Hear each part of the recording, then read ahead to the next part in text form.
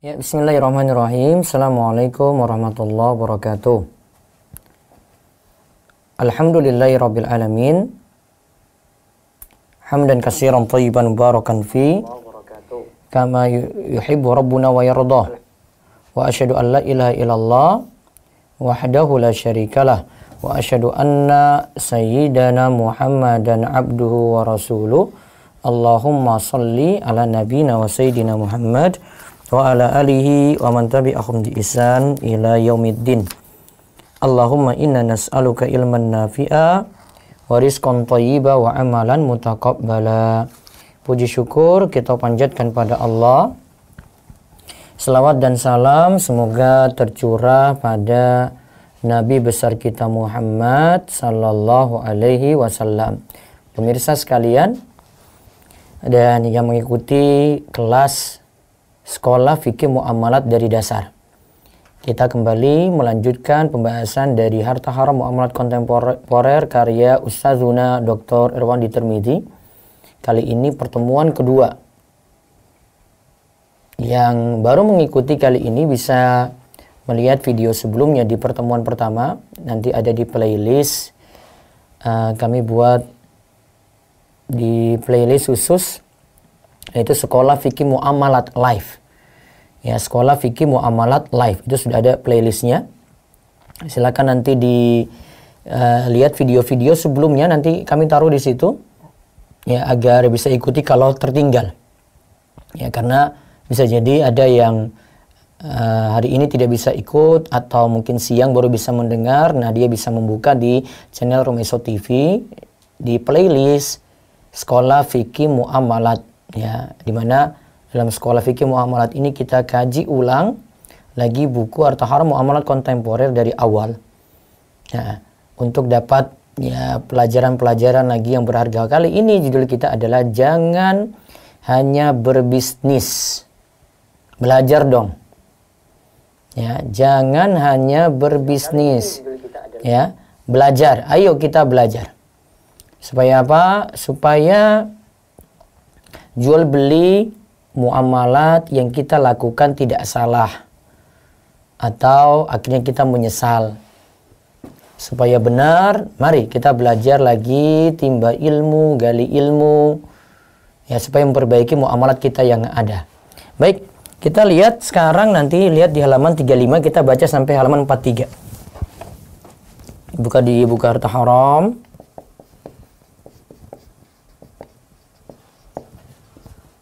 Halaman 35 sampai 43.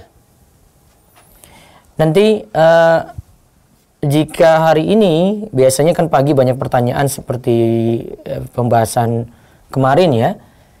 Kalau seandainya tidak cukup waktu, nanti bisa bergabung dengan Telegram ya. Ada Telegram kami buat dengan grup Rumaiso Fikih Muamalat. Nanti akan terbagi, ada grup ikhwan, ada grup akhwat. Nah, ringkasan yang biasanya saya ketikkan, saya setiap kali kajian insya Allah akan ketik. Nanti saya masukkan di grup tersebut. Cari aja di grup karena grupnya publik. Jadi kalau di Telegram tinggal cari dengan kata kunci ya Rumaiso Fikih Muamalat ikhwan akhwat. Nanti ikhwan masuk di grup ikhwan, akhwat masuk di grup akhwat. Dan nanti ada sesi tanya jawab, saya beri kesempatan ya seluang saya jawab. Namun kalau saya lihat ada yang penting saya segera jawab, ada yang tersisa saya akan nyusul jawabnya juga, baik dengan suara atau ketikan, atau saya jawab dengan tulisan saya di rumaiso.com. Kemudian bisa sebarkan ini ke yang lainnya juga ya. Ini alhamdulillah sudah ada di 2 grup tersebut. Akhwat ada 2241 member, ikhwan ada 1505 member. Dan nanti kalau ada tugas-tugas atau ada kuis, ya saya letakkan di situ untuk selanjutnya. Ada juga sebenarnya kita punya grup parenting Ruqayyah, ya. Nanti kalau pas pelajaran sore saya akan share itu. Dan juga kita punya grup bahasa Arab. Saya bahas nahwu dan sorof sekaligus. Nahwu itu ada pelajaran di kitab Al-Muyassar, sebentar lagi selesai, mudah-mudahan pekan ini, kalau enggak pekan depan. Kemudian ada kitab Al-Kafi, kita sudah sampai ke jilid kedua. Baik, pemirsa sekalian, kita lanjut. Linknya tadi, link Telegram saya letakkan kalau yang mendengar langsung via YouTube ada di deskripsi.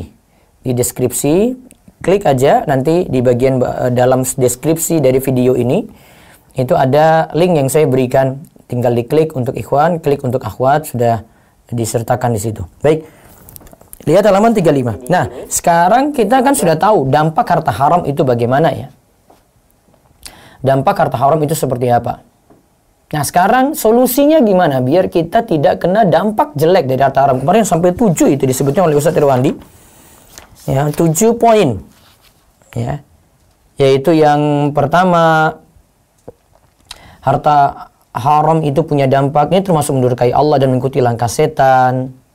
Kemudian yang kedua, menyelisih perintah Rasul dan memakan yang haram, membuat kita tidak semangat dalam beramal soleh. Kemudian yang ketiga, mencontoh tingkah laku Yahudi, karena kebiasaan orang Yahudi biasanya makan yang haram, padahal mereka itu al-maghdub alaihim. Kemudian yang keempat, setiap daging yang tumbuh dari yang haram, neraka lebih pantas untuknya. Yang kelima, doa tidak dikabulkan dan ibadah lain tidak diterima. Doa tidak dikabulkan, ibadah lain juga tidak diterima karena yang haram ini. Ada sholat situ, zakat, sedekah, haji, umrohnya.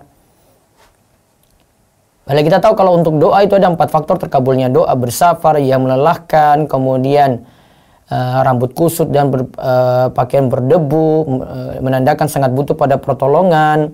Kemudian ketiga, mengangkat tangan ke langit, memohon pada Allah. Yang keempat, menyebut nama Allah. Namun karena ada harta haram membuat doa itu sulit terkabul. Kemudian yang keenam itu harta haram menyebabkan kita hina, mundur, terbelakang. Kemudian yang ketujuh, harta haram menyebabkan musibah dan azab itu datang. Baik, pemirsa sekalian, kita cari solusinya sekarang. Apa solusinya? Ya, tentu solusi paling mudah, kesimpulannya yang paling mudah saya kedepankan ini, yaitu mari kita belajar. Nah, coba lihat di halaman 35, baca.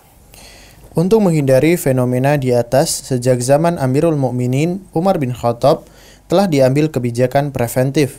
Beliau mengutus para petugas ke pasar-pasar untuk mengusir para pedagang yang tidak mengerti halal haram dalam jual beli. At-Tirmizi meriwayatkan bahwa Khalifah Umar bin Khattab radhiyallahu anhu mengeluarkan perintah. Lihat ya. Amirul Mukminin Umar bin Khattab itu sampai mengutus para petugas ke pasar-pasar untuk mengusir para pedagang yang tidak mengetahui halal haram dalam hal jual beli. Masya Allah, saking ketatnya. Kenapa kok sampai pedagang itu diusir seperti itu? Karena kalau mereka tidak mengetahui halal haram, mereka jual sebebasnya gitu. Jual mungkin barang najis, jual mungkin dengan cara menipu, jual dengan cara mengelabui, ya, jual hal yang memudaratkan orang lain.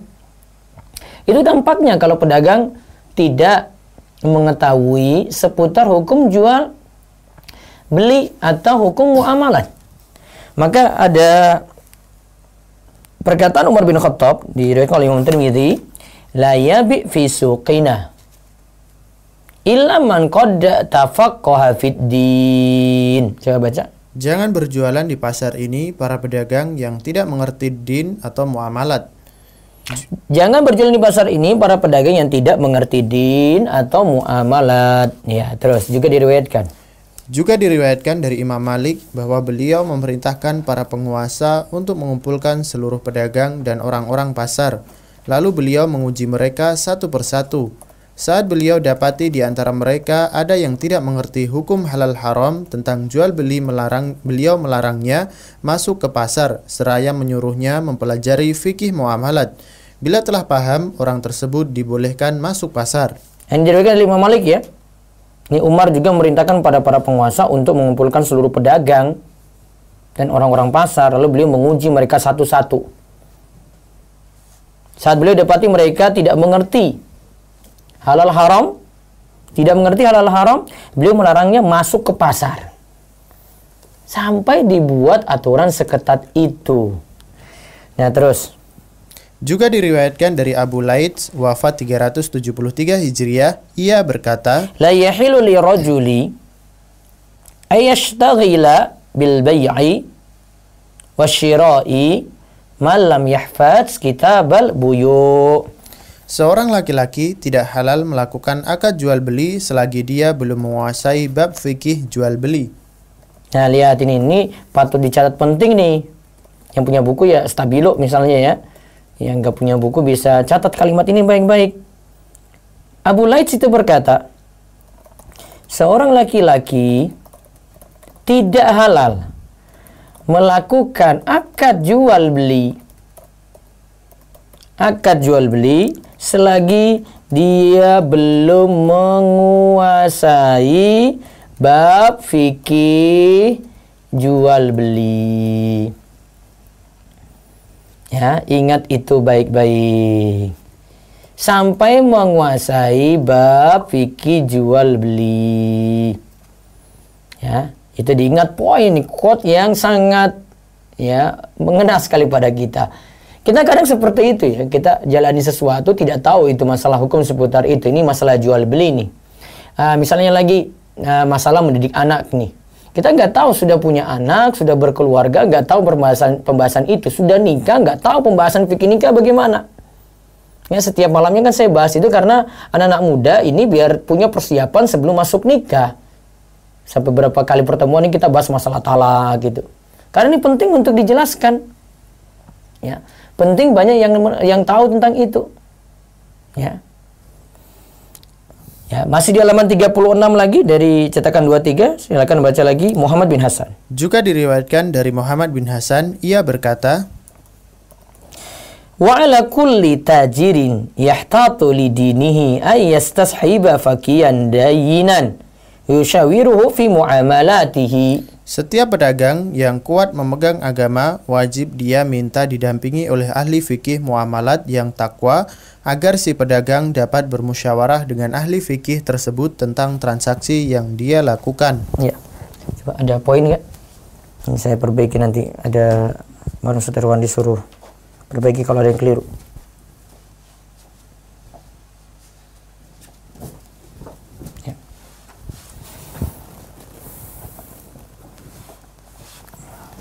Saya beri catatan karena kemarin Ustaz Irwandi suruh beberapa poin yang ada salah-salah cetak, saya laporkan ke beliau. Karena dulu buku ini juga sempat kita koreksi itu.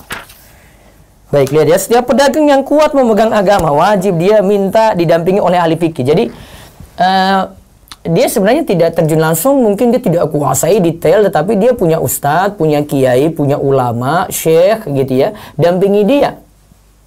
Ada problem apa masalah jual belinya, dia tanyakan. Dia jual beli offline nih, dia punya toko beras. Nah, dia punya ustadz yang nanti tempat bertanya. Atau dia berteman dengan ustadz tersebut. Atau dia punya kontak nih, nanti nanya-nanya selama tidak mengganggu gitu ya. Atau kalau ada kajian seperti ini, dia luangkan waktunya. Ada sekolah fikih muamalat seperti ini, dia luangkan waktunya. Atau mungkin ya, dia hadiri majelis ilmunya langsung. Nanya-nanya tentang itu, masalah-masalah tentang masalah fikih muamalat ini bisa. Ya, jadi ini ahli fikih, punya ahli fikih yang menemani.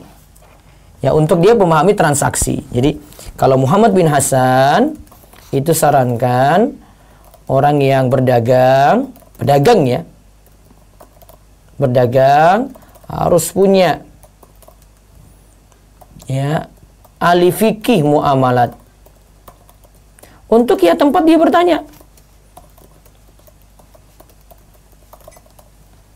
Ya. Muhammad bin Hasan katakan seperti itu. Ini quote yang luar biasa lagi. Terus selanjutnya. Tradisi ini masih berjalan hingga abad ke-8 Hijriyah di negara-negara Islam. Sebagaimana dikisahkan oleh Ibnu Al-Hajj, ulama mazhab Maliki, wafat tahun 737 Hijriyah. Ya, aturan yang tadi itu. Masuk pasar harus belajar dulu. Ini sudah berlaku sampai tahun 8 Hijriah. Maaf, abad ke-8 Hijriah.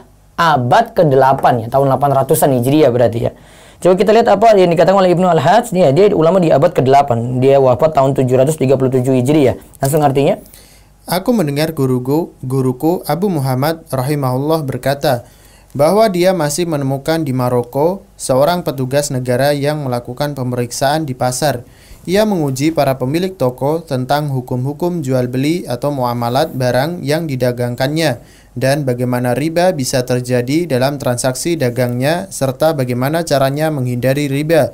Jika pedagang dapat menjawab, dibiarkan tetap berdagang, dan jika tidak bisa menjawab, Maka petugas menyuruhnya meninggalkan pasar seraya berkata, "Kami tidak membiarkan engkau berjualan di pasar karena engkau akan memberi umat Islam riba dan harta haram."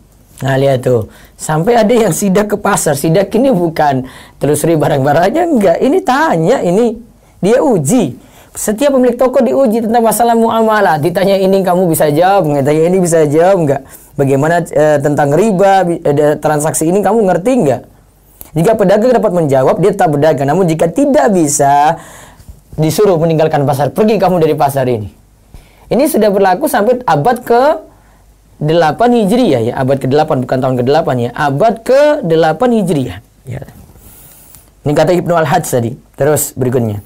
Selain petugas resmi negara, istri-istri para salaf juga turut berperan mengingatkan suami mereka setiap akan keluar rumah untuk mencari nafkah dengan bisikan, nah lihat ya, istri para salaf itu sampai berkata pada suaminya yang mencari nafkah.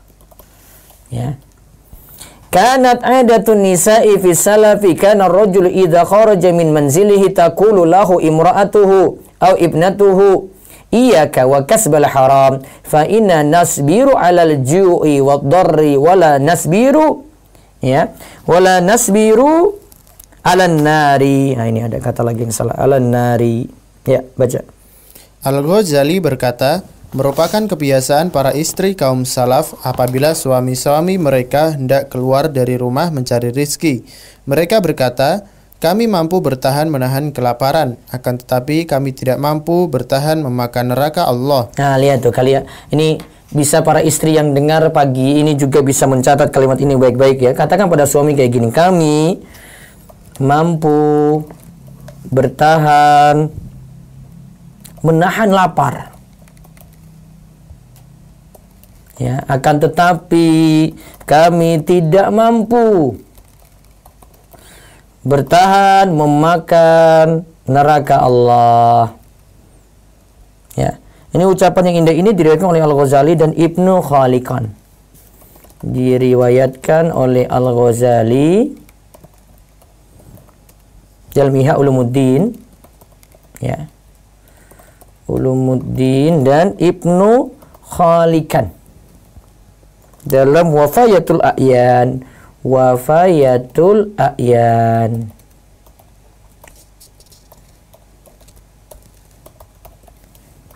Ingat ya, istri para salaf katakan kepada suami, istri para salaf sampai berkata pada suaminya yang mencari nafkah tadi.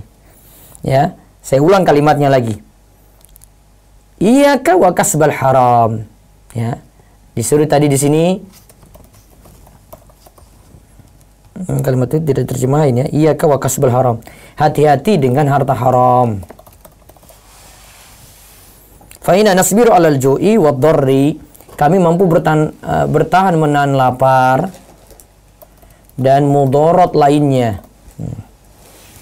Wala nasbiru 'alan nari. Akan tapi kami tidak mampu bertahan memakan neraka Allah. Ya, diingat itu baik-baik di halaman 37 ini. Ini kalimat yang luar biasa. Ya, terus baca. Dan juga termasuk solusi untuk keluar dari harta haram ini, kesadaran umat Islam untuk mempelajari dinnya tentang fikih muamalat. Ya, kita lihat perkataan Al-Qarafi. Al-Ghazali hakal ijma' wa Syafi'i fi risalatihi hakahu aidan fi anna al-mukallafa la yajuzu lahu ayyuqaddima ala fi'lin hatta ya'lama hukmullahi fihi faman ba'a wajaba alaihi ayata'allama ma'ayyanahu Allahu wa syarahu fil bai'i wa man ajara wajaba alaihi ayata'allama ma syaraha Allahu ta'ala fil ijarati wa man qarada wajaba alaihi ayata'allama hukmullahi ta'ala fil qiradi wa man ta'allama wa 'amila bi muqtada ma'ali 'alima ata Allahu ta'ala ta'ataini wa man lam ya'lam walam ya'mal faqad asallaha ma'siyataini wa man 'alima walam ya'mal bi muqtada ilmihi faqad ata Allah ta'ala ta'atan wa asahu ma'siyatan. Al-Ghazali menukil ijma' dan juga Imam Syafi'i bahwa seorang mukallaf tidak boleh berkeinginan melakukan sesuatu sebelum ia mengetahui hukum Allah tentang hal tersebut. Orang yang hendak berjual beli wajib mempelajari syariat Allah tentang jual beli yang akan dilakukannya. Orang yang akan melakukan transaksi ijarah, dia wajib mempelajari hukum Allah tentang ijarah. Orang yang ingin melakukan transaksi mudharabah, wajib mempelajari syariat Allah tentang mudharabah. Mudharabah di dalam perkataan ini disebut dengan dalam perkataan Al-Qarafi dengan al-qirat. Al-qirat. Ya. Al-qirat mudharabah. Jadi siapa yang mau jual beli, ya dia harus kuasai fikih jual beli. Dia mau ijarah, menyewakan, maka dia kuasai fikih ijarah. Siapa yang mau terlibat dalam transaksi mudharabah, dia bagi hasil, dia mau berbisnis, mau investasikan hartanya, ada yang kembangkan uangnya tadi, ya, dia serahkan kepada pelaku usaha, pada mudharib, maka dia harus kuasai juga fikihnya. Dan siapa yang mempelajari serta mengamalkannya sesuai dengan ilmunya, sungguh dia telah mentaati Allah 2 kali taat, yaitu 2 kali taat, ya. Ini karena dia pertama lakukan taat. Yang pertama apa? Belajar tadi. Yang kedua, dia mengamalkan ilmu. Jadi seperti sekarang kita ikuti sekolah fikih muamalat, kita belajar, ya, maka belajarnya sudah satu ketaatan. Terus kalau mengamalkan ilmunya lagi, itu ketaatan yang kedua, mengamalkan ilmu. Ya. Terus, dan siapa yang tidak mempelajari dan tidak mengamalkan, berarti tidak belajar, tidak mengamalkan, maka dia 2 dosa. Ya, dia punya 2 dosa di situ. Jika tidak belajar dan tidak mengamalkan, sudah nggak belajar, salah lagi.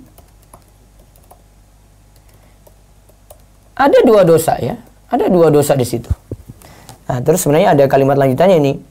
Itu dia 2 dosa. Wa man alima, lantas ada lagi orang yang siapa yang belajar, ya, belajar walam ya'mal, namun tidak mengamalkan. Jadi sudah belajar, misalnya pagi ini dia sudah belajar dan sudah ketahui halal haram, dia tidak mengamalkannya bimuqtada ilmi, sesuai konsekuensi ilmunya tadi, maka faqad atallaha ta'atan wa asahu ma'siyatan, maka ia telah taat dalam hal ilmu, tetapi dia durhaka karena tidak mengamalkan ilmu. Ya, jadi ada bagian yang di sini Ustaz Irwandi tidak terjemahkan.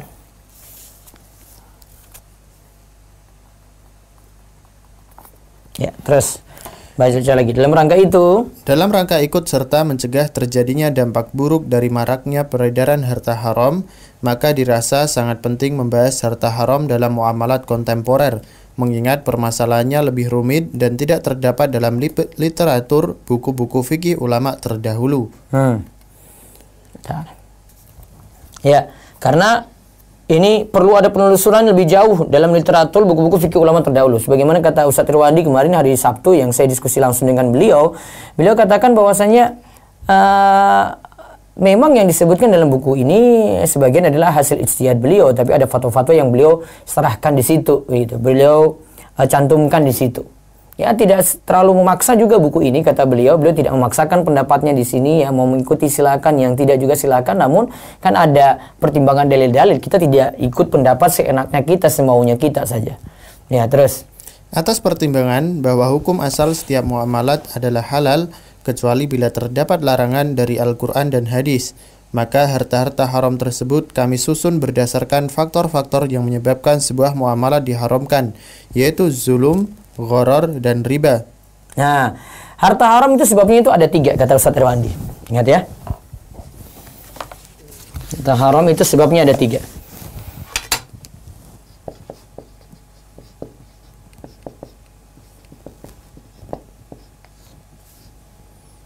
Ini karena kezoliman, ya, karena gharar,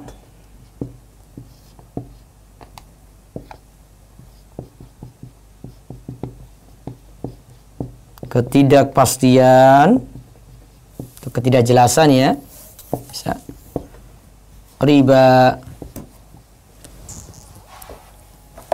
Nah, ini yang menyebabkan harta itu haram. Maka ya sekarang sudah sangat bagus sekali kita dengungkan apa? Harta kita mau beli rumah misalnya, iya hati-hati riba ya. Iya, kita cari yang no riba. Namun harta haram bukan seputar ini saja, bukan no riba saja, namun no goror, ya, no zolim. Jangan sampai beli sesuatu itu ada ketidakpastian. Ya, misalnya kalau beli rumah, bisnis properti, mau beli rumah di suatu tempat gitu. Ah, saya mau bangun rumah ini, katanya ini propertinya itu Islami, nanti dengan para ustadz. Jangan hanya pertimbangkan no riba. Ada no goror juga, ada no zolim. Jangan semuanya seputar riba. Saya sudah bebas riba. Emangnya kalau sudah bebas riba selesai transaksinya? Enggak. Ada goror juga di situ, dipertimbangkan. Ada zolim juga di situ, dipertimbangkan. Jadi jangan nganggap kalau sudah bebas riba berarti jual belinya jadi halal. Enggak. Contoh tadi jual beli rumah coba. Bukankah banyak yang sudah bebas riba, tidak transaksi dengan bank, namun developernya itu bawa kabur uangnya. Rumah nggak dibangun. 5 tahun sudah setor uang sampai 1 miliar. Rumah nggak dibangun-bangun. Kan dizolimi itu. Iya bebas riba, namun dia terjerumus dalam goror, ketidakpastian. Dia terjerumus dalam kezoliman gitu. Jadi jangan nganggap kalau sudah bebas riba berarti sudah halal. Enggak. Maka ingat ya, sebab harta haram ini ada 3. Ya. Sebab harta haram itu ada 3, yaitu zolim, goror, riba. Maka kalau bisnis kita itu mau halal, kita mau jual sesuatu mau halal, hindari zolim, hindari goror, hindari riba. Dan 3 bahasan inilah yang jadi pokok bahasan di buku Ustadz Irwandi ini. Nanti beliau awali pertama dengan menjelaskan harta haram karena zolim. Setelah itu beliau beralih karena harta haram itu karena goror. Setelah itu beliau beralih dalam harta haram itu karena riba. Jadilah buku yang tebal seperti ini, 600-an halaman lebih. Ya, karena harta haram seputar itu ya. Jadi sekali lagi ya, yang mendengar pagi ini terapkan ke semua transaksi. Mau ada yang jual properti, beli properti, mau ada yang jual online, beli online. Ya, ada yang buka warung, buka usaha, mau mudharabah. Pertimbangkan 3 ini nih. Kita selamat dari 3, jangan satu saja. Selamat dari zolim, selamat dari goror, selamat dari apa? Riba. Ya. Jangan sampai kita sudah selamat dari riba nih ya. Itu tidak kena denda, tidak kena bunga. Nah, ya, sudah. Ternyata developernya itu tukang tipu. Ya. Kayak sesuatu nggak pasti, tanah belum jelas. Side plan-nya belum jelas.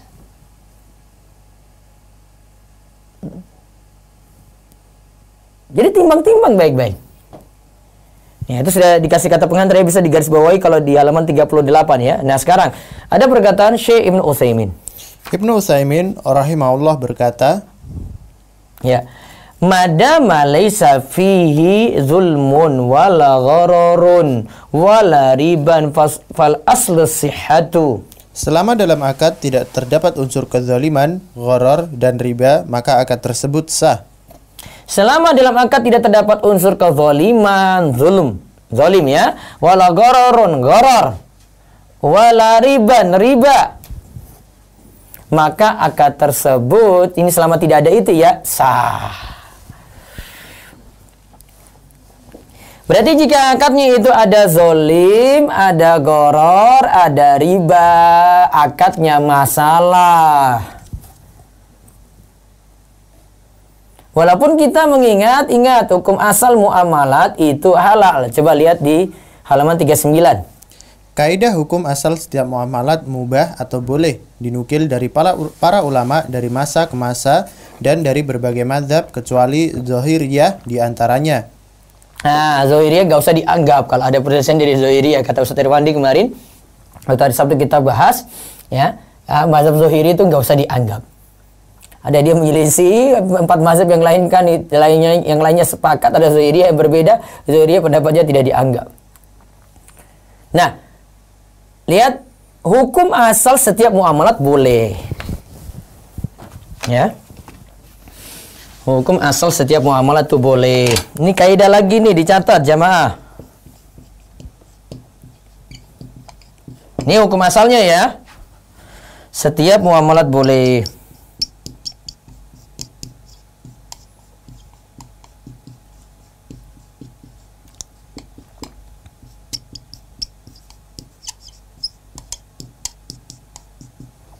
Namun perlu diingat, hukum asal ini hukum asal ini setelah kita lakukan penelusuran, pelajari akad-akad yang ada. Misalnya kita dalam jual beli modern ini ada temukan problem-problem yang ada ya. Ada yang tadi misalnya properti gitu.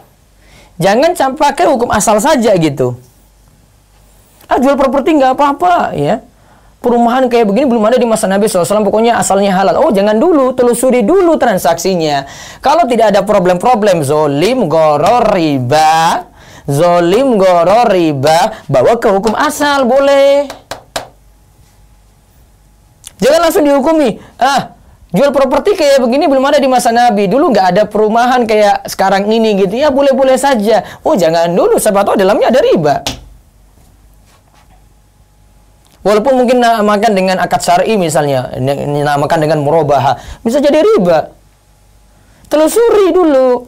Kalau tidak temukan 3 masalah ini, baru kita hukumi dengan hukum asal. Itu maksudnya, itu namanya dalil istishab. Ini yang dikatakan oleh Imam Syafi'i, wafat tahun 204 Hijriah. Ia berkata, ayakun Allah azza wa jalla halal bai'a idza kana mimma lam yanha anhu Rasulullah sallallahu alaihi wasallam. Allah telah menghalalkan setiap jual beli apabila tidak ada larangan dari Rasulullah sallallahu alaihi wasallam. Juga Ibnu Amir Hats Al-Hanafi itu berkata, tadi mazhab Syafi'i, ya ini mazhab Hanafi. Al-aslu fil bai'i al-hillu. Nah, ini ada hurufnya nyambung. Al-aslu fil bai'i al-hillu. Hukum asal setiap jual beli adalah halal. Juga al-aslu fil uqud al-jawaz. Ini perkataan Ibnu Ar-Ruhai Bani Al-Hambali. Ya. Hukum asal setiap akad adalah boleh. Nah, ini yang kita bahas di sini. Setiap muamalat hukum asalnya itu boleh.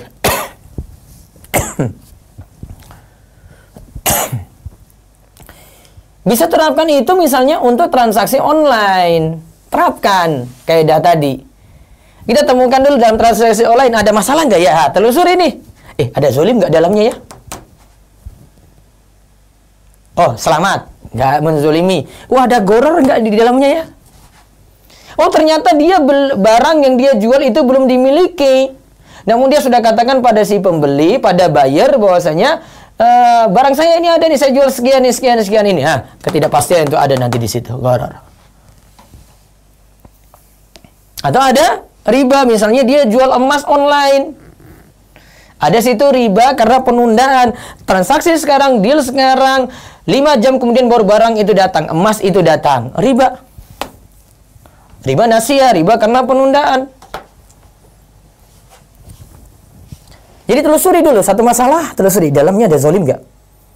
Oh, telah itu baik-baik. Oh ya, oh ini kayaknya nggak ada zolimnya nih. Terus telah lagi ada goror nggak? Ya, kita dapat pastikan, oh enggak ini jelas nih, jelas. Oh ada riba nggak? Oh aman. Riba nggak ada juga. Ya sudah, kembali ke hukum asal. Ya, mudah dipahami seperti itu. Nah, terus di antara dalil kaidah ini sabda Nabi sallallahu alaihi wasallam. Ya. Dari Hakim bin Hizam radhiyallahu anhu, qultu ya Rasulullah inni ashtari buyu'an fama yahilu li minha wa ma yahrumu alayya. Qal ya ibna akhi idza ishtaraita minha bai'an fala tabi'u hatta taqbidahu. Ya, baca artinya. Wahai Rasulullah, saya sering melakukan jual beli. Apa jual beli yang halal dan yang haram? Nabi bersabda, wahai anak saudaraku, bila engkau membeli sebuah barang, janganlah engkau jual sebelum barang tersebut engkau terima. Nah, ini lihat dalil ini. Dalil Hakim bin Hizam ini dalil penting nih. Coba lihat ya. Dia katakan pada Rasul kayak gini. Ini ashtari buyu'an. Saya jual barang. Ya, fama yahilu li minha wa ma yahrumu alayya. Apa yang halal untukku dan apa yang diharamkan untukku. Apa yang dihalalkan untukku, apa yang diharamkan untukku. Kemudian Nabi SAW cuma beritahu yang masalah. Nabi SAW cuma memberitahu jual beli yang masalah. Beliau katakan gini, ya ibn akhi, ishtaraita minha bay'an fala tabi'u hatta taqbidahu. Jika engkau membeli sesuatu, maka janganlah engkau jual barang ini lagi hatta taqbidahu, sampai qabad dulu. Kamu pegang barang itu baru jual lagi pada pihak lain. Nabi SAW cuma menjelaskan yang masalah, berarti hukum asalnya kaidah ini berlaku. Berarti yang lainnya halal kalau tidak ada masalah seperti itu. Nah, coba baca di halaman 40 itu ketika Rasulullah SAW. Ketika Rasulullah Shallallahu Alaihi Wasallam hanya menjelaskan hal-hal yang diharamkan dalam jual beli, padahal beliau ditanya tentang kaidah-kaidah halal atau haram dalam jual beli, maka dapat dipahami bahwa pada dasarnya setiap jual beli hukumnya boleh, kecuali terdapat larangan dalam akad tersebut. Nah, setiap jual beli itu boleh, ya, selama tidak ada larangan dalam akad tersebut. Tadi ya, kata Nabi SAW, dia katakan gini ya, si Hakim bin Hizam, bila engkau membeli suatu barang, ini si Hakim ini beli suatu barang dari si A, dia beli ya. Ya, dia beli dari si A, kasih pada Hakim. Maka sebelum engkau ini membeli sebuah barang, janganlah engkau jual lagi. Jangan Hakim kamu jual ke pihak yang lain, jual pada B sampai ini dimiliki dulu, kamu qabad dulu, qabad. Ada qabad. Ya, serah terima. Sudah qabad, nah baru serahkan kepada pihak B. Ya. Namun ini sering ini jamaah tanya pada masalah dropshipper. Nanti ada pembahasannya sendiri sebenarnya ya. Bisa juga lihat di video kami di channel Romeso TV tentang dropship, ada pembahasan rinci saya jelaskan. Kalau dropshipper, kemarin saya juga tanyakan ke Ustadz Irwandi, fungsinya jadi marketer, artinya gini.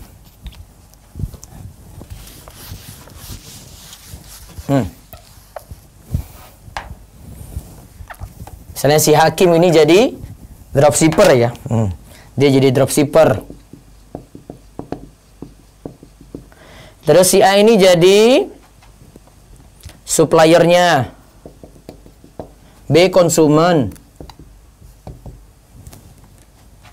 Maka si ini tukang promo nih. Dia taruh di status story-nya untuk barang. Dia barang-barang dia pasang di status story-nya, di Instagram-nya ataupun di WhatsApp-nya. Sudah pajang, nah si B tanya, buyer tanya, ada nggak barang itu? Ada ya? Iya ada. Nanti saya siap kirim. Nah, dia cuma promokan, dia lapor pada si A, supplier langsung kirim ke buyer. Seperti ini boleh.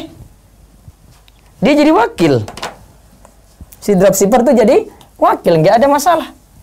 Kemarin takkitnya atau saya tanya ulang pertanyaan ini, ya biar ada kejelasan, beliau jawab tidak masalah. Mau transfernya ke konsumen, mau transfernya ke dropshipper tadi atau transfernya ke supplier. Dan saya tanyakan gitu, satu orang dikatakan yuk sama. Ya tidak masalah. Kita cek aja, coba lihat, cek ini ya. Mana sini? Zolim di sini mana aja, Pak? Yang penting kan dropshipper siap tanggung jawab kalau ada komplain barang tadi kan. Tinggal lapor ke supplier. Oh ini barang kamu kirim dilapor ke saya ini kok barangnya error nih. Ada error enggak? Dia kan nggak jual barang yang ini. Nggak perlu barang mampir ke dia karena dropshipper kan itu memang nggak punya stok barang. Beda kalau statusnya dengan reseller ya. Reseller punya stok barang. Ya. Ada riba di situ. Kalau yang masalah dia jual beli emas. Karena kalau ada penundaan kan harus qabad, harus ya dan biadin. Ada uang, ada emas nih, tidak boleh tertunda salah satu. Ya, harus qabad, harus ya dan biadin.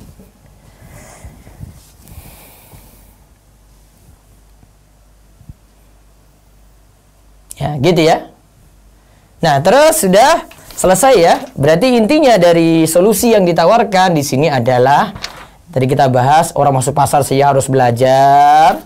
Nah, untuk mengetahui mana yang masuk zolim, mana yang masuk gharar, mana yang masuk riba juga harus belajar. Nah, butuh belajar di situ. Solusinya ya belajar dong. Ya.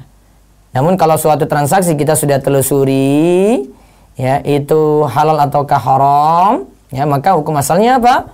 Halal dulu ya. Kalau tidak ada masalah, hukum asalnya itu halal. Baik. Wallahu a'lam bishawab. Sekarang kita masuk di halaman 41, 42, 43. Coba. Tentang zolim. Kita masuk yang pertama tadi, zolim ya. Harta haram hasil kezoliman. Ya, silakan. Definisi zalim. Zulum berasal dari bahasa Arab yang berarti menempatkan sesuatu bukan pada tempatnya. Dalam bahasa Indonesia, biasa diterjemahkan dengan berbuat zalim. Ya, kita terjemahkan dengan berbuat zalim ya. Terus. Menurut istilah, zalim berarti mengerjakan larangan serta meninggalkan perintah Allah. Maka setiap perbuatan yang melampaui ketentuan syariat adalah perbuatan zalim yang diharamkan, baik dengan cara menambah atau mengurangi. Ya, lihat ya. Zalim ini mengerjakan larangan serta meninggalkan perintah Allah. Maka setiap perbuatan yang melampaui ketentuan syariat adalah perbuatan zalim yang diharamkan, baik dengan cara menambah atau mengurangi. Berarti ringkasnya zalim itu, apa itu zalim? Zalim itu perbuatan yang melampaui atau bisa kita katakan menyalahi ya, menyalahi ketentuan syariat. Ya, di situ bisa jadi menambah atau mengurangi. Ya, bisa jadi menambah atau mengurangi. Ya. Baik. Terus lawan kata zalim, zulum. Lawan kata zulum adalah adil. Lawan kata zulum adalah adil. Ya, terus. Adil dalam bahasa Indonesia berarti berbuat adil. Adil dalam bahasa Indonesia itu berarti berbuat adil. Ya, terus sekarang kita bahas zalim khusus dalam muamalat. Karena tadi itu zalim umum ya. Ada yang berbuat syirik pada Allah, dia telah berbuat zalim itu pada Allah. Dia telah menyamakan Allah dengan makhluk, dia zalim. Ada yang berbuat maksiat, dia telah menzalimi dirinya sendiri. Sekarang kita bahas khusus zalim terkait dengan muamalat. Ya, baca. Zalim dalam muamalat. Setiap syariat samawi mengharamkan kezaliman serta mewajibkan keadilan. Allah telah mengutus para rasul serta membekali mereka dengan kitab-kitab agar mereka menegakkan keadilan terhadap hak-hak Allah dan hak-hak manusia. Allah berfirman, ya. Laqad arsalna rusulana bil bayyinati wa anzalna ma'ahumul kitab wal mizana liyaquman nasu bil qist. Sesungguhnya kami telah mengutus rasul-rasul kami dengan membawa bukti-bukti yang nyata dan telah kami turunkan bersama mereka Alkitab dan neraca atau keadilan supaya manusia dapat melaksanakan keadilan. Al-Hadid ayat 25. Di sini kita suruh berbuat adil. Dalam Al-Hadid ayat 25 ini kita disuruh berbuat adil. Lawan adil tadi apa? Zalim. Ya. Terus. Untuk lebih menegaskan bahwa kezaliman diharamkan, maka Allah mengharamkan kezaliman atas dirinya. Dalam sebuah hadis qudsi, Allah berfirman, Inni haram ya ibadi inni haramtu zulma ala nafsi wa ja'altuhu bainakum muharraman fala tadzalamu. Wahai hamba-hambaku, sesungguhnya aku telah mengharamkan berbuat zalim atas diriku dan juga telah aku haramkan kezaliman sesama kalian. Maka janganlah kalian saling berbuat zalim. Ya, janganlah saling berbuat zalim. Ini berbuat zalim secara umum ya. Ya, ini tidak dibolehkan. Ya, terus. Oleh karena itu, haram hukumnya seseorang menzalimi orang lain sekalipun orang yang dizalimi adalah non-muslim. Allah berfirman, "Wala yajrimannakum syana'anul qaumin ala alla ta'dilu i'dilu wal aqrabu littaqwa." Dan janganlah sekali-kali kebencianmu terhadap sesuatu kaum mendorong kamu untuk berlaku tidak adil. Berlaku adillah karena adil itu lebih dekat kepada takwa. Al-Maidah ayat 8. Al-Maidah ayat 8 terus. Diriwayatkan bahwa seorang Yahudi menagih utangnya kepada Nabi Shallallahu Alaihi Wasallam berupa seekor unta yang pernah dipinjam Nabi Shallallahu Alaihi Wasallam. Ia menagih dengan cara yang sangat kasar sehingga sebagian sahabat Nabi Shallallahu Alaihi Wasallam ingin memukulnya. Melihat gelagat para sahabatnya, Nabi Shallallahu Alaihi Wasallam bersabda, biarkan dia. Sesungguhnya pemilik hak memiliki alasan untuk berbuat demikian. Lalu Nabi Shallallahu Alaihi Wasallam memerintahkan sebagian sahabat membeli unta untuk membayar utang beliau. Setelah berusaha mencari unta yang sama umurnya dengan unta yang dipinjam namun tidak mendapatkannya, mereka melaporkannya kepada Nabi Shallallahu Alaihi Wasallam bahwa yang ada hanyalah unta yang lebih bagus umurnya. Jadi yang ada unta yang lebih bagus daripada yang dipinjam. Terus lalu Nabi Shallallahu Alaihi Wasallam bersabda, belilah unta yang lebih bagus itu dan bayarkanlah. Sesungguhnya orang yang paling baik adalah orang yang membayar utang dengan yang lebih baik. Belilah unta yang lebih bagus itu dan bayarkanlah. Ya, sesungguhnya orang yang paling baik adalah orang yang membayar utang dengan yang lebih baik. Ahsanuhum qadaan. Khairukum ahsanuhum qadaan. Yaitu sebaik-baik kalian itu ya yang paling bagus dalam masalah utang ya. Dia selama tidak ada syarat di awal ya. Dia ketika pinjam uang 1 juta, dia kembalikan tuh 1 juta itu tidak ada tambahan, tetapi karena mungkin rasa terima kasihnya dia kasih suatu hadiah gitu, ini nggak masalah. Seperti ini Nabi SAW itu pinjam unta, untanya diganti dengan unta yang lebih baik. Nah terus. Hadis di atas memberikan pelajaran bahwa betapa Islam menjunjung tinggi keadilan. Sekalipun pemilik utang adalah seorang Yahudi yang merupakan musuh umat Islam, lagi berlaku kasar kepada Nabi Shallallahu Alaihi Wasallam di hadapan para sahabatnya. Ya. Akan tetapi Nabi tidak menzaliminya, bahkan sebaliknya beliau membayar utangnya dengan pembayaran yang lebih bagus dari barang yang diambil. Akhlak mulia Rasulullah Shallallahu Alaihi Wasallam telah dipuji Allah dalam firman-Nya. Wa innaka la'ala khuluqin azim. Dan sesungguhnya kamu benar-benar berbudi pekerti yang agung. Al-Qalam ayat 4. Ya. Terus Dr. Khalid Asy-Syayya. Dr. Khalid Asy-Syayya berkisah, seorang Syiah yang sangat benci dengan kelompok Sunni berubah menjadi penganut Sunni saat menyaksikan tanya jawab dengan narasumber Syekh Ibnu Baz rahimahullah. Syekh ditanya, bagaimana hukumnya saat sebagai pejabat menghadapi 2 orang yang mengikuti tes masuk kepegawaian. Yang satu berasal dari kelompok non-Sunni atau Syiah, nilainya lebih bagus dari yang berasal dari kelompok Sunni. Apakah saya boleh mendahulukan yang Sunni? Syekh menjawab, tidak boleh engkau lakukan. Allah berfirman, "Wala yajrimannakum syana'anu qaumin 'ala alla ta'dilu i'dilu wa aqrabu littaqwa." Al-Maidah 8. Dan janganlah sekali-kali kebencianmu terhadap suatu kaum mendorong kamu untuk berlaku tidak adil. Berlaku adillah karena adil itu lebih dekat kepada takwa. Al-Maidah ayat 8. Ya, terus. Melihat keadilan yang terpancar dalam fatwa Syekh tersebut, seorang Syiah yang semula benci terhadap kaum Sunni meninggalkan ajarannya dan berpindah ke Sunni yang murni mengikuti Al-Quran dan hadis. Ya. Mengingat muamalat adalah lahan subur untuk orang-orang yang lemah imannya melakukan kezaliman dan memakan harta orang lain dengan cara yang batil, maka sangat penting mengetahui muamalat yang mengandung unsur kezaliman. Karena banyak muamalat yang terbebas dari riba dan gharar akan tetapi memiliki unsur kezaliman. Muamalat ini tetap diharamkan dan harta yang dihasilkan merupakan harta haram. Nah lihat ya, ada yang bebas dari riba dan gharar, namun ada unsur zalim, maka tetap transaksi tersebut tidak dibolehkan. Terus, di antara bentuk muamalah yang diharamkan karena mengandung unsur kezaliman, menjual najis, menjual barang-barang dan jasa yang diharamkan, monopoli, korupsi, kolusi, penipuan, pemalsuan merek dagang, dan lain sebagainya. Dalam pemaparan muamalat yang mengandung unsur kezaliman akan kami bagi kepada kezaliman terhadap hak Allah, kezaliman terhadap hak orang tertentu, dan kezaliman terhadap hak orang banyak. Nah lihat ya, nanti tentang masalah zalim ini, setelah nanti di bukunya itu dibagi menjadi 3. Itu ada 3 ya. Zalim ini terkait hak Allah.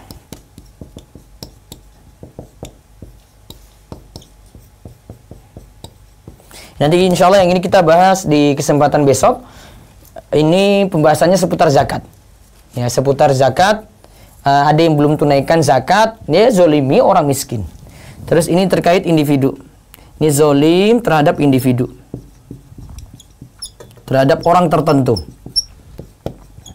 Bisa jadi jual barang najis dan seterusnya ya. Yang ketiga, zolim terhadap orang banyak. Jadi dia rugikan orang banyak. Nah, nanti contoh-contoh transaksinya insya Allah akan kita bahas. Dalam pemaparan muamalat yang mengandung unsur kezaliman, nah itu dibagi 3 tadi. Kezaliman terhadap hak Allah, kezaliman terhadap hak orang tertentu, kezaliman terhadap hak orang banyak. Nah, di antara, coba baca di bawahnya. Di antara kezaliman terhadap hak Allah. Di antara harta haram adalah harta yang bercampur dengan hak Allah yang tidak dibayarkan, seperti zakat yang tidak ditunaikan.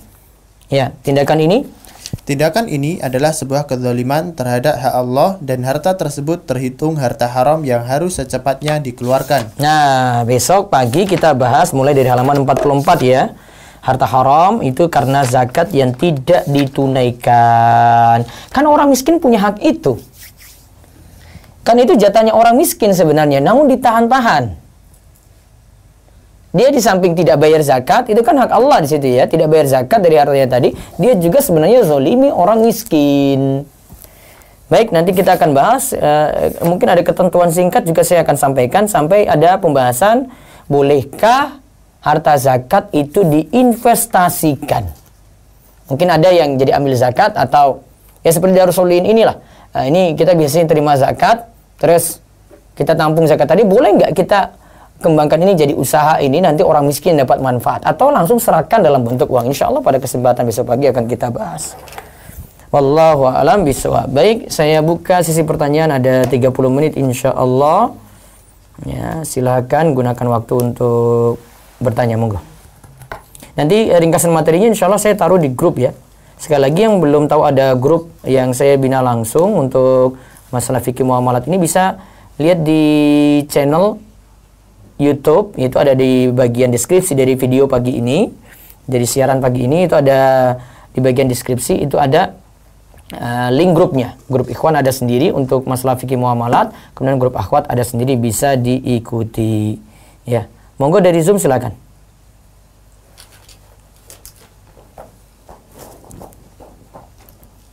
Silakan dibuka mic-nya.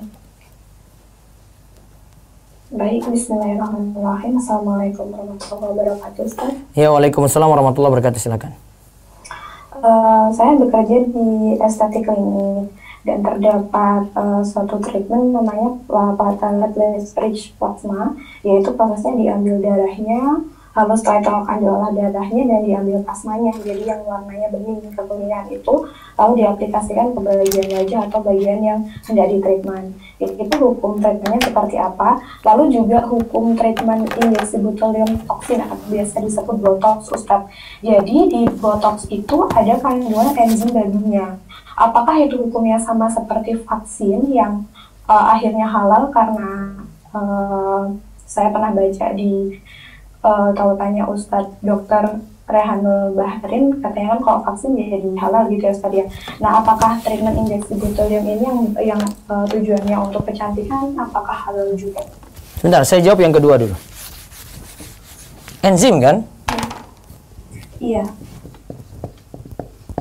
Enzim itu kalau gambarnya gini, ini kalau anak kimia bisa pahami baik ini. Enzim itu misalnya ada sesuatu dimasukin di dalam suatu media, ini media enzim ya. Media enzim tadi, dia itu seperti katalisator. Ini masuk, feed, keluar hasil. Kalau dalam prosesnya, enzim, taruhlah ini enzim babi, dalam vaksin ya.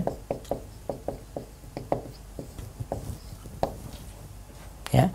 Enzim ini cuma mempercepat saja, ada media sehingga ada yang dimasukkan di dalam enzim ini, itu nanti keluar hasilnya gitu, cuma mempercepat. Dia tidak ikut dalam hasil akhir. Tidak ikut dalam hasil akhir. Jadi hasil akhir itu pure, bebas dari babi. Apalagi sudah ada pencucian beberapa kali, ini ribuan kali ya. Ribuan kali untuk membersihkan dari sini. Sehingga kalau kasus kedua disamakan dengan kasus pertama kurang cocok kayaknya. Kalau untuk yang kasus pertama yang prosesnya diambil darahnya, lalu darahnya diolah dan diambil plasma. Iya, itu masalahnya darah kan? Darahnya yang diolah kan? Iya kan? Betul. Nah, kalau enzim babi ini itu tidak keluar di hasil akhir itu. Namun kalau itu karena masih ada unsur darahnya, itu jadi masalah. Di buku ini nanti Ustaz Irwandi bahas di bagian plasma darah itu. Nanti tentang masalah najis. Ya, tentang masalah najis nanti beliau bahas.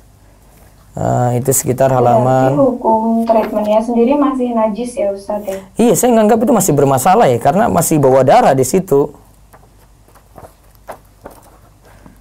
Bukan hanya najisnya saja, jual beli darah Nabi SAW tidak membolehkan. Ya, jadi darahnya jadi najis, kemudian hukum jual beli darah nggak boleh. Nah, lalu kan pendapatan kita dari klinik tersebut yang melakukan treatment PRP mungkin 5% atau kurang dari 5%. Nah, apakah itu masih bisa dibersihkan atau pendapatan yang saya dapat ini sudah termasuk ke harta haram sehingga saya mendapatkan dampak dari harta haram tersebut, Ustaz? Ya, jelas. Meskipun dari hasil pendapatan itu mungkin kurang dari 5% saja. Kurang dari 5%, ya tetap 5% itu haram ya, apalagi sudah tahu kan, sudah tahu dia sudah ini. Tapi itu masih bisa dibersihkan begitu ya Ustaz ya, jadi dikeluarkan 5%-nya, iya. Dan sisanya apakah masih bisa halal gitu? Sisanya halal yang itu dikeluarkan berarti, yang 5%-nya itu dikeluarkan. Oke, baik. Iya, terus?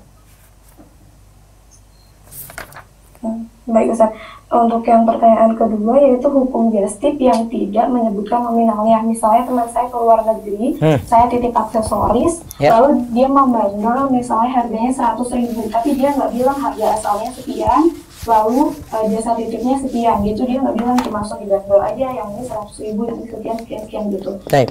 Itu gimana hukumnya Ustaz? Uang di belakang apa uang di belakang apa uang di depan? Uang di mana? Bisa di depan, bisa di belakang. Soalnya hukumnya di belakang, jadi kayak dia harus membeli dulu gitu, baru kita bayar ke dia. Soalnya beda hukumnya nanti ya.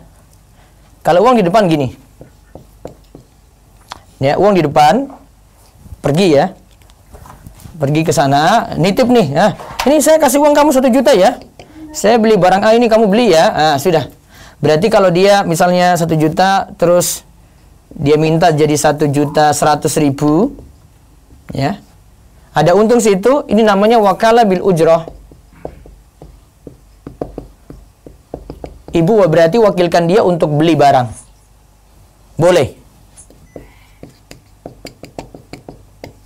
Sekarang yang keadaan yang kedua, uang belakang sekarang. Ini uang belum ya, uang belakang.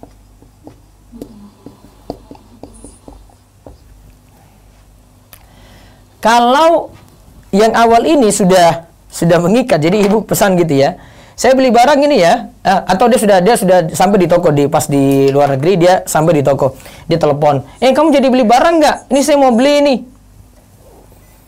Ternyata kan ibu belum kasih uang, terus dia beli, ya, dia beli. Kalau sejak awal sudah mengikat, nah itu namanya mengikat, artinya ibu nggak bisa cancel, harus beli. Berarti yang teman tadi yang di luar negeri tadi, si A misalnya ya, dia pinjamkan uang ke ibu, jadi kreditur.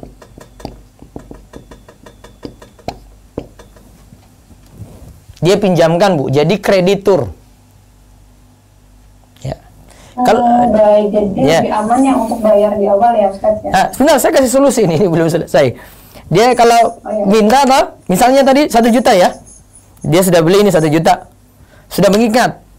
Dia minta uang transport juga 1.100.000. Berarti ada tambahan untuk kreditur. Walaupun dia bilang itu upah, ya, tapi sejatinya itu pinjamkan. Solusinya gini, ini jadi tidak mengikat, transaksinya diubah. Jadi ketika dia di depan toko sana, ya, di luar negeri, dia telepon ibu, ini jadi beli nggak barangnya? Iya, saya jadi pesan. Nah, harusnya dia bilang gini, ya, oh ya, jangan dulu ini ya, saya cari dulu barangnya ya, ini kita nggak mengikat ya, nggak pasti ya, tunggu dulu barangnya ada dulu, saya sudah beli, baru saya beritahu lagi. Nah, kalau dia sudah beli, berarti kan dia sudah punya barang 1 juta tadi ya, dia naikkan jadi 1.100.000, nggak masalah, karena barang sudah dia pegang. Berarti dia jual barang sudah punya, terus dia jual. Ambil untung nggak apa-apa. Awalnya jangan mengikat. Kalau beda dengan tadi apa? Oh, ibu harus beli. Ya, ibu harus beli. Kalau yang kedua ini tidak mengikat. Kalau barang sudah miliki, baru ibu deal, nanti deal dengan dia. Oh, sudah punya barang ya? Oh iya, nanti saya bayar nih. Fix ya.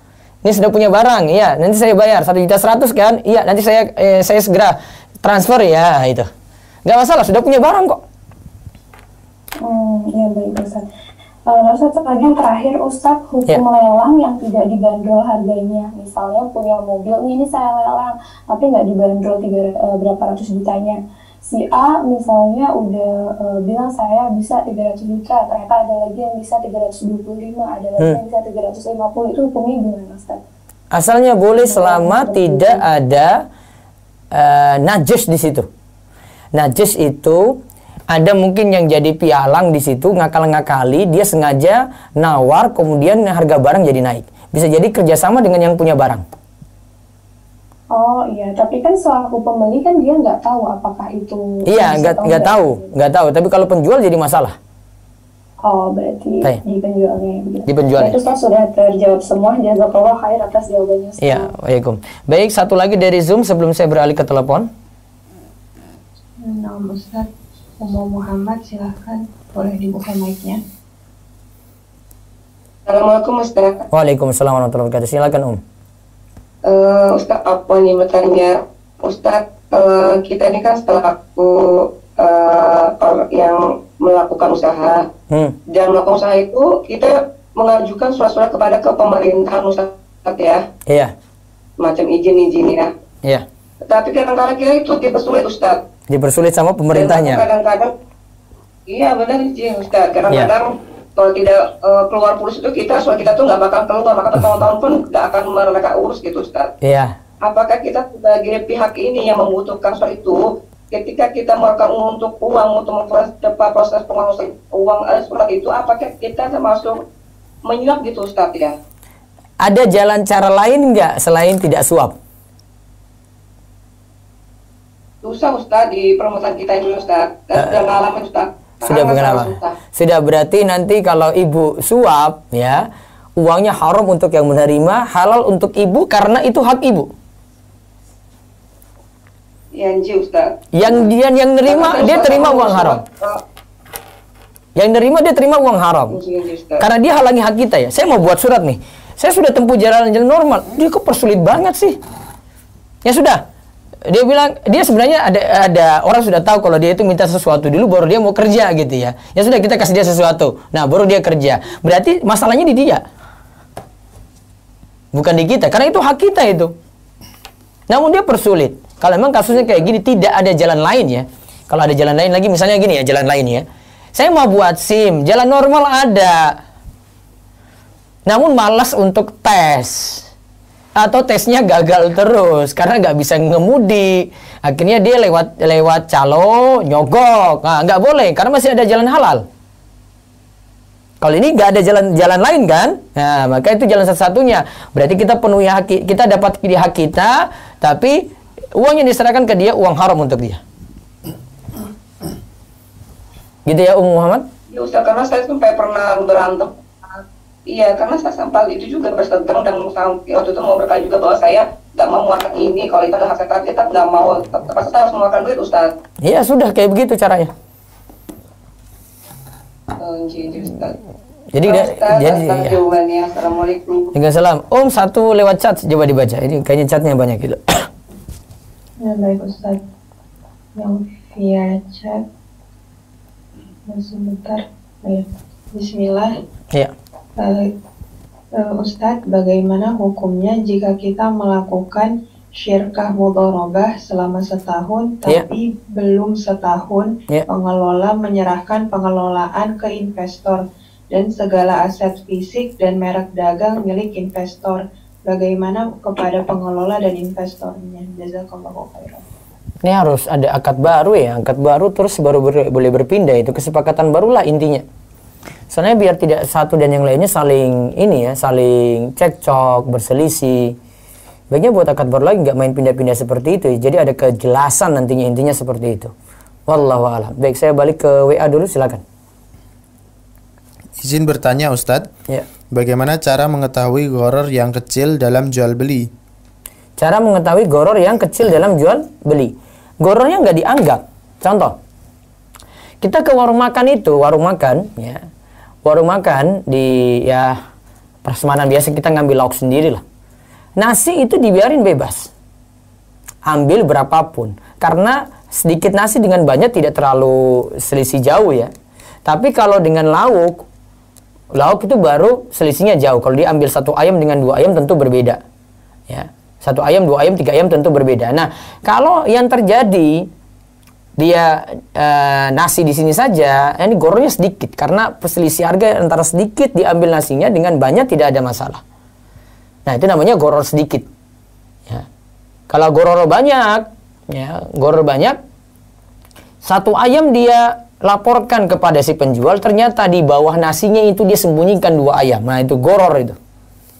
Nah, itu baru jadi masalah. Satu lagi lewat WA, silakan. Ada telepon? Angkat, yallah. Ya, assalamualaikum. Ya, silakan. Dengan siapa ini?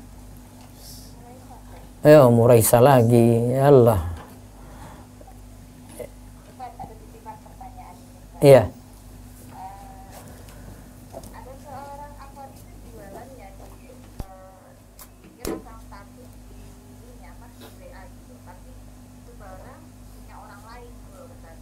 Iya. Gitu ya, pakaian syar'i gitu ya Ustadz ya. Iya. Nah, terus kan dipasang di statusnya itu kan nanti misalkan ada yang pesan mau yang ini gitu. Terus ditanyain lah ke suppliernya gitu. Ini ada barangnya ada, oke gitu kan. Iya. Terus saya pesen ya ukuran sekian, terus ditentuin ini. Terus tanyakan harganya berapa, harganya segini. Terus itu kan udah kesepakatan tuh harganya segitu gitu, ada gitu. Terus dipesenin. Terus yang transfernya itu pakai uangnya yang ini dulu Ustaz. Yang pasang iklan itu dulu. Iya.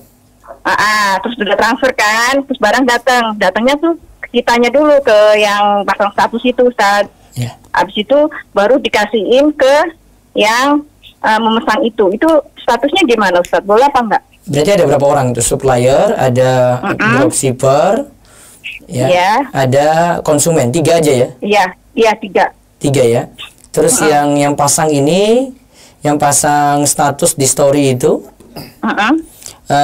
belum punya barang.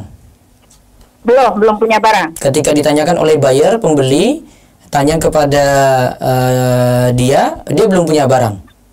Iya, belum punya barang. Ketika saya tanyakan dulu ke suppliernya gitu. Taib, ada nggak ini gitu? Ada. Kalau sudah ada dia beli. Iya, kalau sudah ada dia beli. Terus dari yang ininya kita yang bayarin dulu loh Ustadz, bukan dari yang pembelinya dulu gitu. Iya, dari dropshipper ini yang bayarin kan? Iya, betul. Baru kemudian nanti dia ini. Nah, sekarang saya tanya pertama. Pasang gambar tadi sudah seizin supplier apa belum? Sudah. Sudah ada kerjasama belum? Iya, sudah. Sudah sebagai wakilnya ya?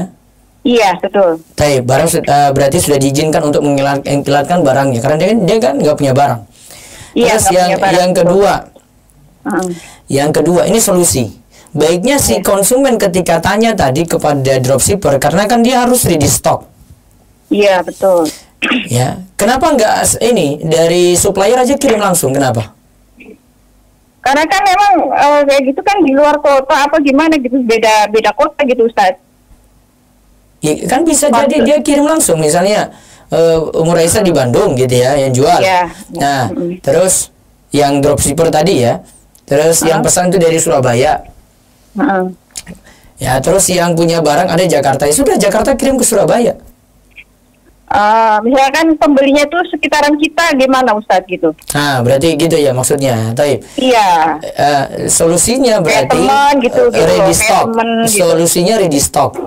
Tetapi yang transaksi dari buyer si pembeli itu baiknya tidak mengikat. Tidak mengikat ya. Iya, jadi bilang gini, saya cari barang dulu ya, jangan dulu bayar. Iya. Nah, berarti memang ibu nggak mau dia diikat gitu. Jadi kalau sewaktu-waktu dia cancel ya sudah, berarti nggak jadi. Iya, betul. Jangan nuntut ganti rugi. Iya. Karena tidak mengikat kan? Nah, sudah barang sudah ada, tadi kan sudah beli dari supplier, sudah ready, lalu panggil dia lagi, telepon, Bu, ini jadi beli nggak? Ini alhamdulillah, misalnya gamis ya, ini gamisnya sudah ada. Oh gitu ya, baik saya transfer. Nah sudah berarti. Iya. Nah, terus itu kalau misalkan nanti itu pembayarannya dicicil itu boleh Ustadz? Sebentar, boleh, tapi kalau barang sudah ada di, saya bukan dropshipper lagi, itu reseller berarti, di reseller. Iya. Sudah ada boleh, di reseller, ya? Boleh. Yang penting barang sudah punya. Iya. Cuman kan kalau di suppliernya udah ada gitu. Barang kan belum ada di kita nih Ustadz nih. Iya. Tapi gini, orangnya ini udah oke ya, ini ukurannya segini, itu harganya segini gitu. Tapi nanti saya pesenin dulu ke supplier. Nah begitu barangnya datang, saya kontak lagi orangnya gitu. Iya, yang orangnya pertama tidak boleh, gitu. Yang pertama tidak boleh mengikat pokoknya. Jangan memaksa dia dulu. Gitu. Iya. Kalau sudah maksa awal, sudah mengikat, berarti Ummu Raisa jual barang yang belum dimiliki. Oh, gitu. Kalau sudah deal itu ya, sudah deal berarti belum dimiliki. Kalau belum mengikat, berarti masih bisa di-cancel. Baik Ustaz, paham. Gitu ya, itu solusinya. Sebenarnya ada solusi satu lagi gitu. Ini yang tanpa modal. Kalau supplier mengizinkan, dia cuma pasang status saja. Jadi dia di dropshipper, tapi statusnya marketer seperti tadi saya sebutkan. Iya. Cuma pasang status, nanti kirim uang langsung ke ini kalau deal. Tapi nanti dia pesan, nanti dia supplier kirim langsung. Tapi dropshipper ini siap-siap untuk tanggung kalau ada komplain, dia nanti siap laporkan ke supplier gitu. Dia nggak punya mesti punya stok barang, tapi yang jelas dropshipper keuntungannya lebih kecil dibandingkan dengan reseller yang punya barang. Iya, betul. Ya, gitu ya. Cukup. Terus kalau misalnya itu harganya di markup, boleh nggak Ustadz? Dengan seizin yang punya gitu. Terus kita itu dengan itu izin dari suppliernya gitu. Iya, sudah disetujui kan? Iya. Nah, kalau sudah disetujui nggak masalah di markup. Nggak masalah ya. Misalkan kan perjanjiannya ini terserah ini dari saya segini, terus nanti terserah nanti mau jual berapa gitu. Iya, gitu. Oh gitu. Iya. Baik, paham Ustaz. Jazakallah khair Ustaz. Oh iya, aku mau barik. Baik, bacakan WA dulu. Apakah hukumnya kalau kita beli barang tapi kita barang itu belum ready atau masih PO, tapi barang itu bukan barang yang perlu diproses, contoh wajan. Baik. Sebentar, apa tadi barangnya? Diulang. Apakah hukumnya kalau kita beli barang tapi masih PO, tapi barang itu bukan barang yang perlu diproses, contoh wajan. Kalau proses tidak masalah ya. Tapi kalau ini sudah wajan tadi, terus PO, pre-order. Nah, PO ini cuma sekadar pesan, nggak boleh bayar dulu, nggak boleh mengikat.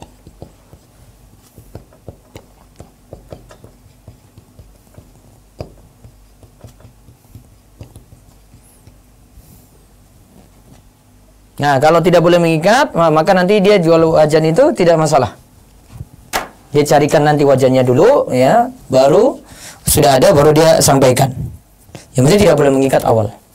Allah. Terus, Ustadz izin bertanya, harus belajar masuk pasar. Kalau pembelinya yang zalim, gimana Ustadz? Contohnya pembeli bilang minta harga untuk jual kembali, rupanya untuk dipakai sendiri. Itu bagaimana? Ya berarti dosanya pada si pembeli. Dia bilang dia reseller misalnya, nah ternyata enggak karena pakai sendiri, dia zalim, dia nipu, berarti enggak boleh. Baik, Zoom terakhir silakan. Kesempatan di Zoom terakhir, monggo. Ibu Nabila Rahmadani, silakan dibuka mic-nya. Assalamualaikum warahmatullahi wabarakatuh, Ustaz. Ya, waalaikumsalam warahmatullahi wabarakatuh, silakan. Mau tanya Ustaz tentang kemarin berhaji dari harta riba. Berhaji dari harta riba, ya, terus? Kalau misal hajinya tidak sah, apakah perlu mengulang Ustaz atau bagaimana?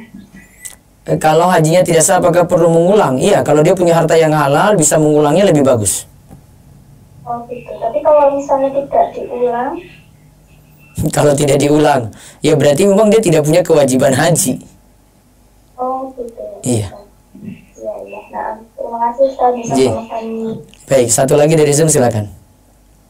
Baik, saya bacakan via chat terlebih dahulu. Ya. Assalamualaikum warahmatullahi wabarakatuh, Ustaz. Waalaikumsalam warahmatullahi wabarakatuh. Suami saya berprofesi sebagai pelaut dan akan melakukan pengurusan dokumen di kantor terkait untuk melanjutkan pendidikannya bulan depan. Lalu disarankan oleh kantor tersebut untuk menggunakan jasa orang dalam, karena di kantor tersebut ada yang terinfeksi COVID dan sedang tutup untuk orang luar dan belum tahu sampai kapan. Apakah yang demikian diperbolehkan jika keadaannya urgen? Jazakallahu khairan, Ustaz. Ya, kalau tidak ada jalan lain saja. Kalau ada jalan lain, pakai jalan lain dulu. Wallahu a'lam. Ya, baca lagi.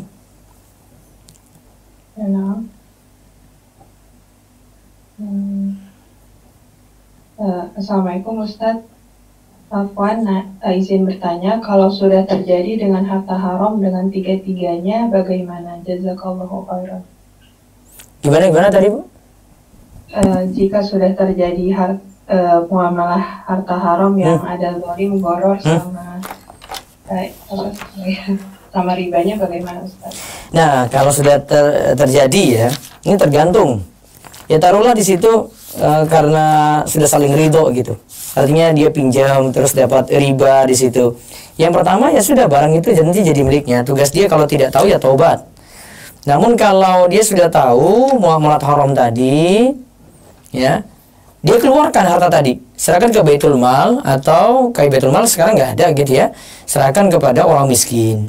Kalau itu ada harta yang haram, kecuali kalau dia miskin, memang hartanya dari situ saja, ya dia bisa manfaatkan kalau dia itu miskin. Ya, terus satu lagi dari Zoom, ya. Via raise hand lagi, Bapak Dedi Susanto, silakan dibuka mic-nya. Assalamualaikum warahmatullahi wabarakatuh, Ustaz. Ya, waalaikumsalam warahmatullahi wabarakatuh. Ya, izin bertanya. Ya. Kalau tadi kan kita kalau sudah misalkan sudah tahu masalah fikih jual beli. Ya. Tapi kalau kita sebagai karyawan, terus kemudian kita tahu ada transaksi yang istilahnya, yaitu sebetulnya memenuhi unsur dolim, goror maupun riba. Tapi kita harus ikut tanda tangan di akadnya. Lalu apakah yang harus saya lakukan? Apakah kalau saya menolak kan tidak mungkin karena saya posisi sebagai karyawan, iya. Terus kalau istilahnya mengikuti, berarti saya tahu sebenarnya bahwa akad ini batil lah, ya kan? Karena memenuhi unsur-unsur itu. Nah, itu apa yang harus saya lakukan? Terus kedua, kan saya kerja di bidang konstruksi kan. Nah, ini di konstruksi itu kan sebetulnya juga menurut saya itu kan juga akan jual beli ya. Katakanlah kita diminta membangun suatu gedung, sedangkan harga itu disepakati di depan, dan kita itu memang barang-barang itu belum ada yang kita miliki. Maksudnya material itu juga kita belum beli, belum kita miliki. Terus nanti memang betul ada proses pengolahan, tapi kan material itu ya harga sudah mengikat semua di depan bahwa nanti untuk menjadikan ini sekian miliar katakanlah, kemudian baru setelah itu kita beli beli material, beli macam-macam. Nah, sekarang kan harga tidak istilahnya kita waktu beli harga kan ya jelas tidak bisa mengikat semua di depan. Nah, apakah transaksi tersebut termasuk goror, tak? Terima kasih, Ustaz. Assalamualaikum warahmatullahi wabarakatuh. Kalau yang pertama, tugasnya kalau seperti itu, misalnya tadi ada transaksi yang bermasalah, akhirnya kita sudah terlanjur digaji lah, intinya kayak gitu. Maka gaji tadi tidak dimanfaatkan, Pak. Tahu berapa persen dari itu tidak dipakai, salurkan untuk kepentingan sosial. Itu ya. Itu yang tadi untuk yang pertama. Halo, Pak? Maksudnya gimana? Maksudnya gimana? Yang pertama tadi? Jadi kan misalnya ada, tahulah, kalau tahu ada berapa persen gaji dari transaksi yang bermasalah tadi yang jenengan setujui, akhirnya dapat imbalan dari situ, maka tidak dimanfaatkan. Kalau cuma sekedar tanda tangan tidak ada apa-apa gitu, ya sudah, tobat pada Allah. Namun harus ada nasihat amar ma'ruf nahi mungkar harusnya. Iya, ya memang tidak ada apa-apa, tapi kan contohnya gini, dalam perjanjian kita punya kewajiban untuk membayar misalkan ke supplier itu katakanlah ya 30 hari. Sedangkan saya sudah tahu bahwa pengalaman selama ini perusahaan tidak akan pernah bisa, dan dan tidak akan bisa membayar dalam waktu 30 hari, nanti bahkan sampai kadang ada yang sampai berbulan-bulan, ya gitu kan. Berarti saya tahu waktu menandatangani akad itu bahwa itu nggak akan bisa dipenuhi gitu. Tapi disuruh tanda tangan gitu. Iya, karena secara sistem memang seperti itu gitu. Ya sudah, ya gimana lagi? Karena paksaan di situ. Wallahu a'lam. Terus kalau yang kedua ada manipulasi atau apa tadi? Bukan manipulasi, jadi gini, kalau di apa namanya, di konstruksi itu kan kita biasa melakukan perjanjian akad di depan bahwa untuk membangun suatu bangunan ini dengan spesifikasi ini, harganya disepakati di depan. Yeah. Kita dengan pihak pertama. Yeah. Sedangkan itu kan material segala macam kan kita belum kita miliki. Kita nanti baru belanja. Nah, padahal sudah kita sepakati di depan. Nah, apakah transaksi seperti ini itu termasuk transaksi goror atau gimana ya tadi ya? Kan masih proses, Pak. Kan masih suatu barang yang masih diproses juga kan?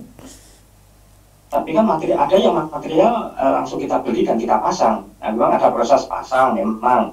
Nah, cuma kan harga sudah dengan pihak pertama dengan pemilik bangunan nantinya itu kan sudah kita sepakati. Sedangkan kita belanja kan belum jelas apakah harganya akan segitu atau nanti ada kenaikan harga atau apa. Nah, itu gimana ya? Itu kan jualnya per paket atau per bahan, Pak. Kan kayak proyek gitu. Proyek kan ya sudah saya borong gitu. Borongan kan? Bukan? Iya, borongan kan. Nah, nggak masalah. Iya, borongan. Nggak masalah, Pak. Nggak masalah kan? Iya. Kalau mau tunggu dulu agak berat itu kayak begitu. Tunggu barang ada terus nanti dihitung bayar satu gitu. Itu kan borongan. Boleh? Boleh ya. Iya. Iya. Ya, terima kasih. Assalamualaikum warahmatullahi wabarakatuh. Waalaikumsalam warahmatullahi wabarakatuh. Baik, ini ada satu dari YouTube saya bacakan. Bagaimana jika stok barang yang dijual di toko kosong tapi ada yang mau membelinya, lalu kita meminta kepada pembeli untuk membayar tunai sesuai jumlah yang dipesan, bagaimana hukumnya? Baiknya tidak diterima dulu karena nggak punya barang. Ya, tahan dulu. Sebentar, saya carikan barang dulu di toko sebelah misalnya. Barang sudah ada, nah baru transaksi dengan yang mau beli. Karena jangan sampai jual barang yang belum dimiliki. Wallahu a'lam bishawab. Baik, kita cukupkan. Kita berlanjut lagi besok. Yang belum ada pertanyaan besok masih bisa ditanyakan. Besok insya Allah pembahasan penting tentang zolim dalam hal zakat dan pengelolaan zakat. Kita cukupkan, kita tutup dengan doa kafaratul majlis. Subhanakallahumma bihamdik asyhadu an la ilaha illa anta astaghfiruka wa atubu ilaik. Assalamualaikum warahmatullahi wabarakatuh.